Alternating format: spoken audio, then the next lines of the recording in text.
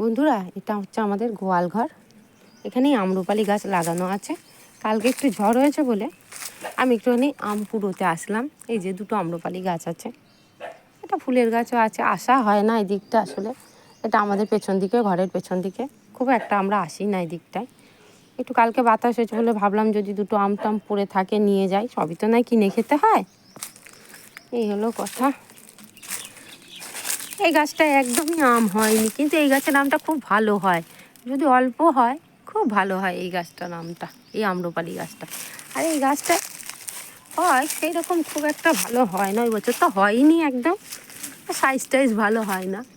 যাই হোক, এই গরম পড়েছে তাই ভাবলাম বাচ্চাদের একটুখানি আমের ঝোল করে দেবো, সব খাবে।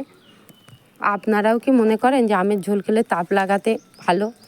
তাত লাগলে পরে কমেন্টে জানাবেন, লাইক করবেন, সাবস্ক্রাইব করবেন, কমেন্ট করবেন। ধন্যবাদ।